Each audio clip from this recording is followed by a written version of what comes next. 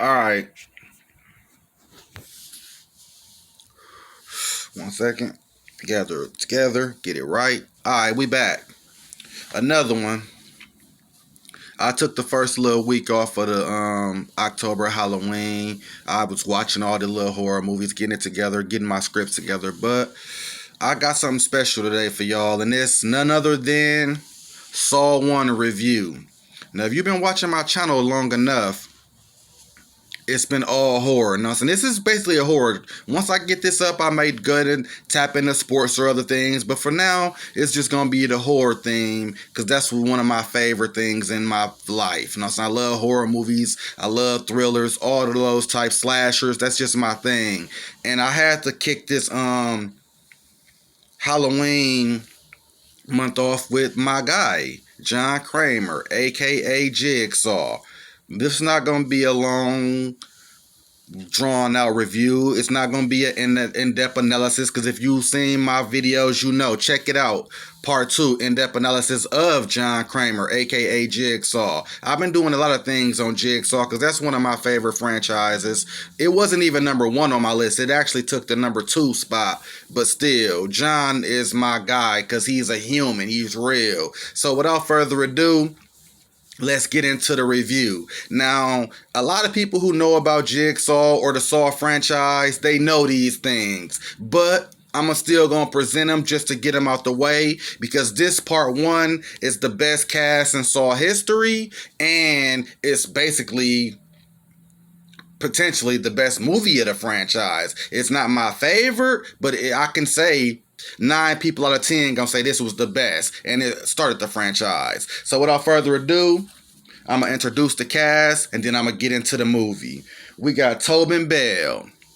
He a legend. I look at him like Robert Englund or Kane Hodder. Like Jigsaw is up there with Freddy, Jason, Michael Myers, Chucky, Candyman. He up there. Tobin Bell. We got Lee Winnell, and this is the creator of the movie. This is Adam. He created the movie, you know what I'm saying? He wrote it, directed it, him and James Wan. They got a bunch of stuff, you know what I'm saying, since then. Y'all know they catalog. Google them, you will know. I ain't getting into that. This is about them, this. Then we got Carl Elways. That's Dr. Gordon. You didn't see my channel enough. You didn't heard me and how I feel about Dr. Gordon, Dr. Gordon, Dr. Gordon. Yeah, but he did a hell of a job in this. And an underrated Scream Queen type legend in the making. Shawnee Smith is Amanda Young, Jigsaw's #1 apprentice, heir to the throne.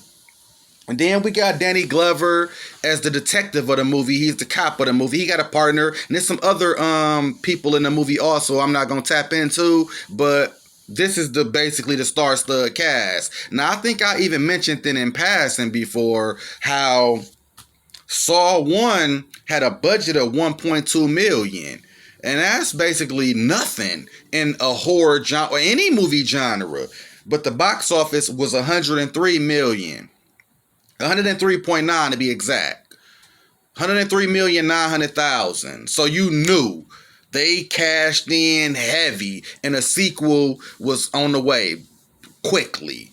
Now that we got the little backstory about who the cast is and how the budget was low and how much money they made, let's get into the theme of the movie. Because some people say they swagger jacked this and took some of these ideas from other movies from their country. I'm not adverse in their movie catalogs over there, but from what I see, I don't really account for that or take that serious. I think this is an all original idea that's actually been copied after since with all of the Death Games and Squid Games going on now. Like this was one of the first, at least for American audience, of deadly games. I mean, these ain't children games, but the theme of a game to survive for your life. This was the first for me, and that's why I gravitated to it. And I'm gonna be honest, Saw 1 came out of nowhere for me. I wasn't like some kind of guy who knew about it, seen the promos and nothing like that. I don't even know if the promotion was good from the budget being low. But I didn't even see this at the movies, the first one. I had no clue about it, nothing. It's crazy. I said this story before, how I came upon a movie. But I was just chilling, and I think we rented it or something. Redbox. I don't know how we came across it. We popped it in, and I'm watching it. Like I said, it was good. It was good. I was into it, but when they started doing the test and the flashbacks, and I started hearing his mythology and how he think. And Amanda's test, I told you already, the Amanda test, when I heard his voice talking, I'm like, oh yeah, this nigga different. All that shit, I ain't finna get all dramatic with it, but yeah, that's how it was. And I was just like, I never really binge watched the movie as much as I binge watched this. That's why I think it's personally unrewatchable for me. It'd probably be unrewatchable for most people who used to the franchise and the gore, but for me, I think I might have watched this one the most. Because also a thing about Saw 1, to me, it was new concept, it was new everything, and it had an element of scariness to it. You know what I'm saying? If you put yourself in a mind state of waking up kidnapped into one of these games, this should have scared the hell out you naturally. Now let's get into it. I might do reviews throughout the month of Halloween, October, I might go to Saw 2 or 3 or whatever, all through the entire franchise in the days or weeks ahead. But I got some other things lined up. I don't want to spoil them now. I'm going to get into this right now, though. Saw 1, it kicks off flat out in a dark room. You hear like they showing like the little cast, the little, the opening dialogues, who produced it, all that little stuff. But it's panning through the room, a dark room. You really can't see nothing until when the movie kicks off. Adam wakes up. It's a minor little spot where you see the little shiny blue key go down the drain. Nothing in your mind say think about that. Take it into account. Remember it. None of that. It's just he wakes up. And he wake up like a normal human, panicking, screaming, yelling. He wake up chained to a bathroom. They in like a dilapidated bathroom, rusted out pipes, nasty, old, look like it was foreclosed years ago. He wake up in that room, in a dirty ass bathroom, and he yelling, screaming for help.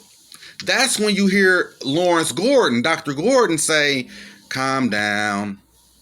We've been here for hours. I don't even know how long we've been here. Everything you doing now, I've been done. So obviously it lets you know they've been drugged and carried to this place. So they just trying to talk a little bit. They feeling around, see if they can feel anything. And that's when Dr. Gordon feels for the light.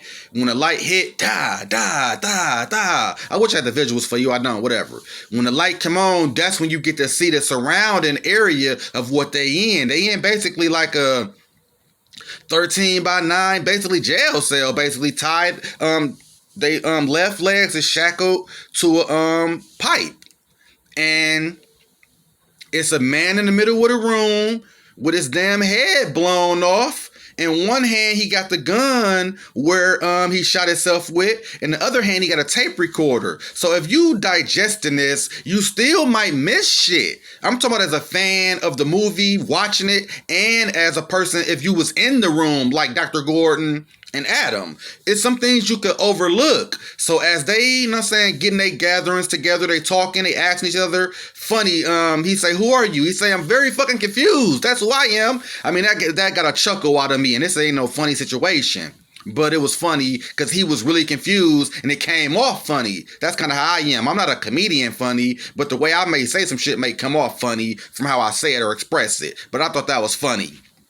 Back to the movie. So they starting to like talk, get things out, figure out why they here, woo woo woo, but they still don't trust each other or know each other to indulge everything. So as they starting to figure out shit, look around, they see the tape recorder in the hand. This damn near, if I had the visuals, you would be able to know what I mean. But most of y'all seen the movie, so y'all still know what I mean. This looked like this was an impossible task right here, getting the tape recorder out of Jigsaw's hand. But they get the drain stop and the shirt. They tie it together. They loop it over to the dead body, and they, fish the tape recorder over. Adam like patting his body because he thought his organs was taken before Dr. Gordon told him, your organs there, you would be dead or in pain. He's like, why you know, you a surgeon? He like, basically, yeah, I am actually. So then as he patting his body around to see if his organs or body hurting or missing, he feels the tape, the little tape. So, and they say play me. So after they fish the tape recorder out, they play it. This shit was deep right here. When he played a tape, it's a mysterious voice telling them, I want to play a game, basically. This is the start of all the games. I don't care about the prequels or the before time or 10 years ago, his first apprentice was Logan Nelson. No, this was the first game that we witnessed as viewers. He telling him the rules of the game. He telling Adam basically, you a voyeur, which means basically you a private investigator. You don't got a life, even though that is a life. That's a job. It's a career. He ain't breaking the law. But from Jigsaw perspective, you ain't even living. You just watching the next motherfucker do what they do, snapping pictures and investigating. You ain't even living. So today, you gonna watch yourself die or do something about it. I don't get it. He didn't get it, but he better get it, because on the clock, they got a clock in the room. It's like 10:30, and he like, y'all got like to, I don't know, I forgot. I think they got from like 10:30 to like 6 or 8 in the morning to complete their test. So then he like, fuck, I don't get it. What do you mean? Dr. Gordon, like, throw the tape recorder over here to me. Let me see what my tapes say. Adam get defensive immediately because he pissed, he confused, which I would be too. He like, no, I ain't throwing it. What if it break? Throw me your tape. That's a safer bet. So they bicker about that for a few minutes before he throw him the tape. Now this is when the movies start. Because Dr. Gordon's failure or success determines if Adam lives or die. He tell Dr. Gordon, which is spoilers for the movie. I'm sorry, spoilers. If you haven't seen it, damn it, fuck off. This movie 20 years old. Jigsaw tells Dr. Gordon, as a doctor, in your daily life, you give people the news that they finna die. So today, you gonna be the cause of death. Your aim in this game is to kill Adam. You got to 6 o'clock to complete that. If you don't kill Adam before the time expires, Allison and Diana dies. Let the games begin. So now, this shit serious now. This ain't no horrific prank. This ain't no we trapped here, we don't know why. This shit serious. Your life on the line not only, but your daughter and wife line on the line. And by the person saying that, let you know.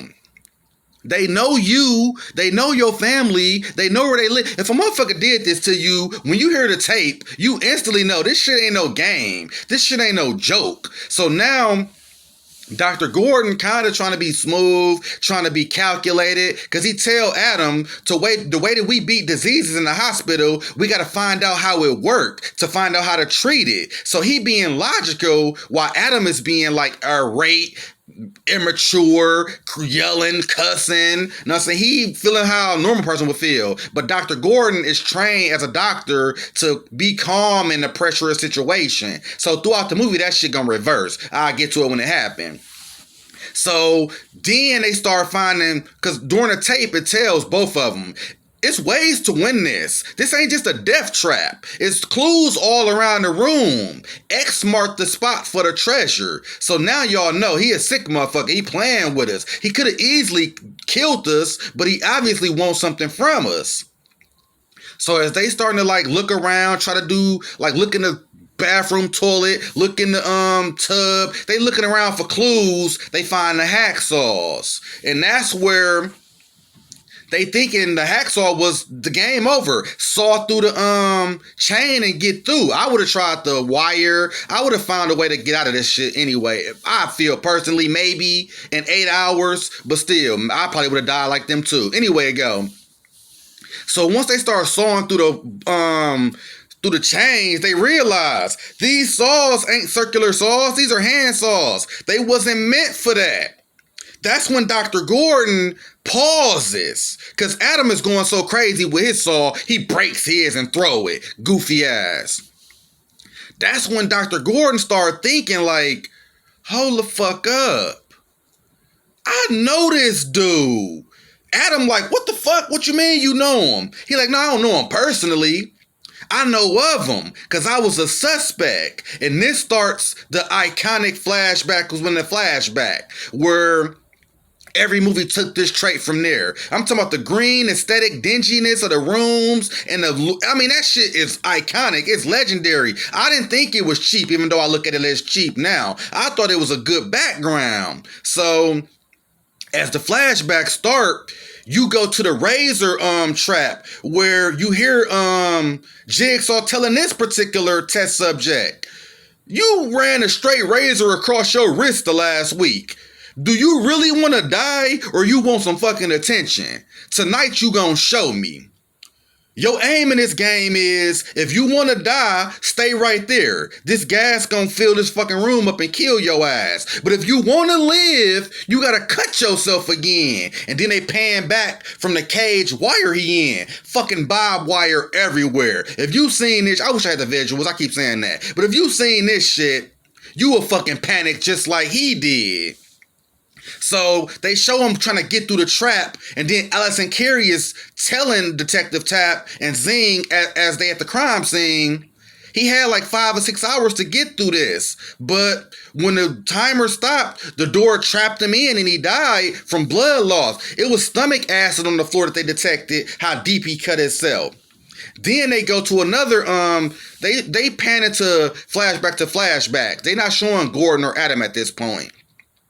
They go to another test subject where this dude, compared to the subjects they had in the later movies, these victims didn't do shit. He frauded the insurance company by saying he's sick and getting money, but really he healthy as fuck.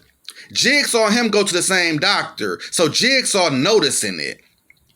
He out and about, chilling, eating dinner, shopping. He like, all right, they put a flammable substance on his naked body and he in a fucking room, like a normal room, filled with shard glass all over the floor.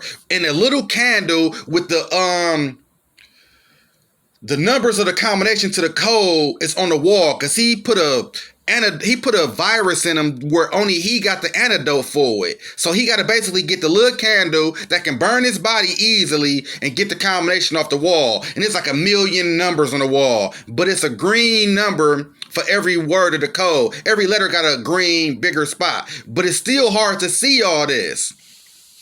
I'm looking at this shit like, what the fuck? I never seen no shit like this. I seen Kiss the Girls. I seen Seven. It was a few, psychological motherfuckers that I gravitated to also. But this was the nigga that took it to another level. I'm talking about Hannibal. I had him on the mind looking at this, but he took it to another level. So then they go to another one where it's Amanda's test. And he said, dog, I was getting interrogated because they left his pen light at the crime scene to frame him. So he's seen Amanda's testimony about Jigsaw with the reverse bear trap. She had to, gut a man gut to get the key out of his intestines to get the lock off her head. And when you see this, after he go through all the tests that he heard about, it pans back into Adam and Dr. Gordon. Adam looking like, what the fuck? We dead as fuck. I'm thinking, yeah, y'all are. Dr. Gordon like, yeah, this nigga set me up for murder. That was 6 months ago. He's still free doing his games. We don't know who this nigga is. That's when they both realize, all right, we fucked if we don't do something about it. So throughout the entire movie, I'm not going to go through every beat plot from the first scene to the last. Throughout the movie, you starting to see Zepp kidnapped his family because they doing flashbacks within flashbacks where they both talking and giving each other stories. I remember this happened that night. I remember that happened that day. So they giving flashbacks of their life where he following Gordon, snapping pictures, where Gordon at home with his wife. He ain't even really cheat on her yet, but he in the process of cheating on her. He got this little fine ass China little bitch. He fucking with her. He told her to meet him at the hotel. She called his phone while he at home. He like, bitch, I said don't call me until I tell you a specific time. So you getting a backstory about who are these guys? They ain't bad guys where they deserve to fucking die or nothing like that. But you seeing from Jigsaw's perspective what he see.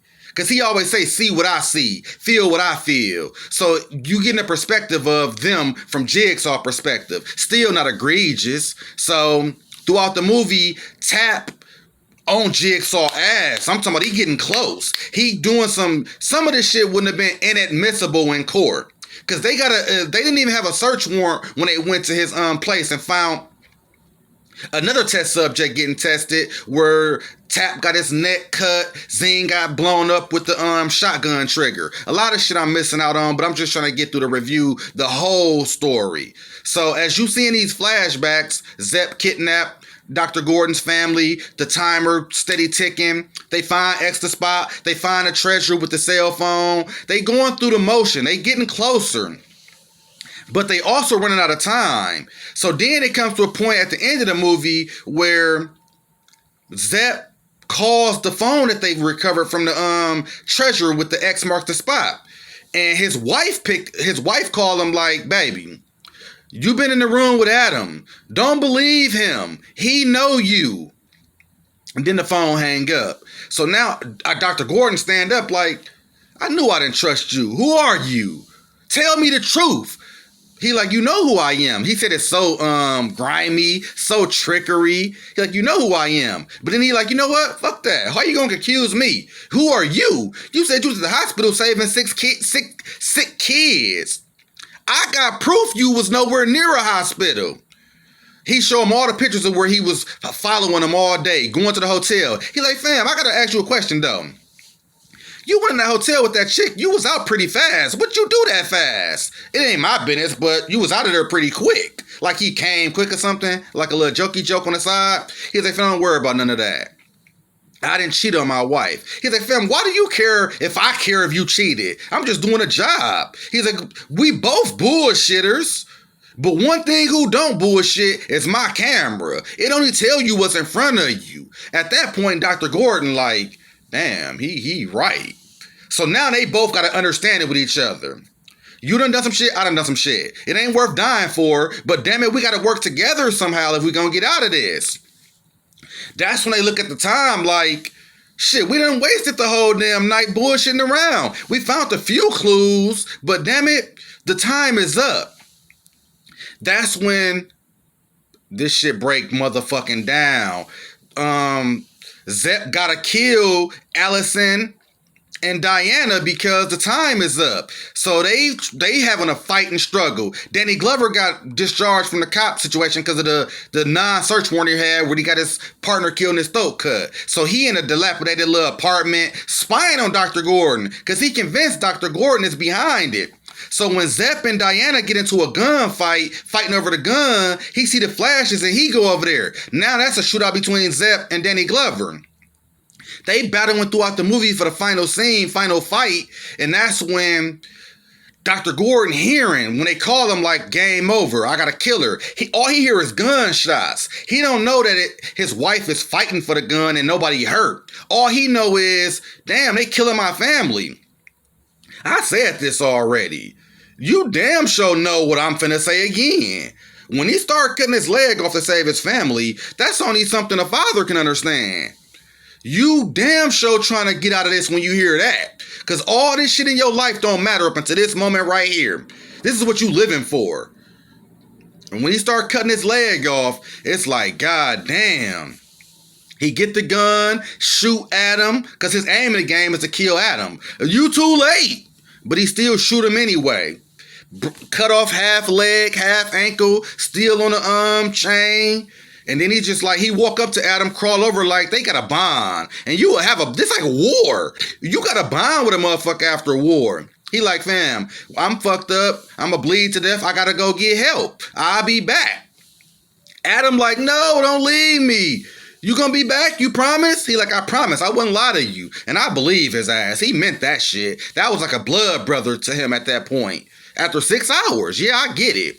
So that's when I skipped over the part how when Zepp came in, he beat him with the toilet. So Zepp is also dead. Because Zepp got to kill the family and come kill them, I think. So he played like he did from the gunshot room, bash Zepp head in. That's when he started checking Zepp's body, thinking Zepp is Jigsaw. Checking his body for the tape or a key or anything. And that's when he get the recorder. This shit gave me chills back then and it give me chills now. When you hear that Hello Zep, dun-dun-dun, dun-dun-dun, dun-dun-dun, dun-dun-dun, dun-dun-dun, dun-dun-dun, that's when Jigsaw started explaining the Zep. Hello, Mr. Hindu. They call you Zep around the hospital. There's a slow-acting poison in your vein, which only I have the antidote to. Meaning, I don't give a damn you at the hospital, you around doctors. It's gonna take too long to solve the concoction I put in your ass. I got the antidote. If you don't do what I say, you fucking dead. So he telling Zep, will you kill a mother and her daughter to save yourself? Listen up if you will. And he telling Zep what to do. So now, as Adam is hearing the tape, he like, damn, who the fuck is, if he ain't Jigsaw, who is Jigsaw? And as all this happening, you see the fucking dead body that you assume was a dead body start rising up. And I told y'all in a previous review, I was like, what the fucking fuck is this? My mind didn't process it quickly like he faked his death, because it fooled me. They start showing flashbacks of Carrie saying, this sicko like to be front row seat to his own little games. So all the games he play, he watch them somehow. He in the room somehow. He outside the room somehow. And that's when you see, oh my fucking God. When he stand up, he take the prosthetic little fake blood off. He tell him, the key to that chain is in a bathtub. They show the flashback of the opening credit when the blue little fluorescent key goes down the drain, and he look around like shocked. So then he try to get the gun and shoot him. Jigsaw shock him because he been shocking these motherfuckers throughout the movie with his little hand thing he got secreted. A lot of that shit they had to retcon later because a lot of shit didn't make sense. But at this point, you ain't thinking that. You thinking, oh my fucking God, he was the fucking body the whole time? That make you right there rewatch the movie. Like I'm glad I went at the movies because I would have spent all my money. If I seen this at the movies, I would have stayed in the theater again, snuck, or paid. If I snuck, I would have just watched it. But if they was like, hey, sir, you got to get out of here, I would have went back and paid another fee to watch this movie. I watched this movie. I think I stole this from Redbox. I never gave it back. I'm telling you, when he stood up and said the key to the chain is in the bathtub, I'm like, you motherfucker. What the fuck? And from this point on, I was at every movie after. Every movie. Like I said before, I didn't have kids when this came out. The first movie. But throughout the franchise, I ended up having 5. So I really understood the first movie more. Because a lot of these traps they never really something to do with, besides 1 and 3. Jeff punk ass had to save his wife and daughter. But a lot of these don't have nothing to do with saving your child or doing something for your child. So those two are two of my favorites that struck me the most as a father. Because you saving your child. Not like they in the threat of the test, but something that's going to happen if you don't to them or you. But I'm telling you, I just saw I just saw the Book of Saw this past summer. Chris Rock. This is 15 years later. I'm telling you, number 1, Saw. This was the guy. There's some minor things I might have missed. I might do a 2-3 minute short to do a little extra stuff on it. But other than that, that's it. Saw 1. John Kramer. Jigsaw. Tobin Bell went into legendary status after this. And I'll be back.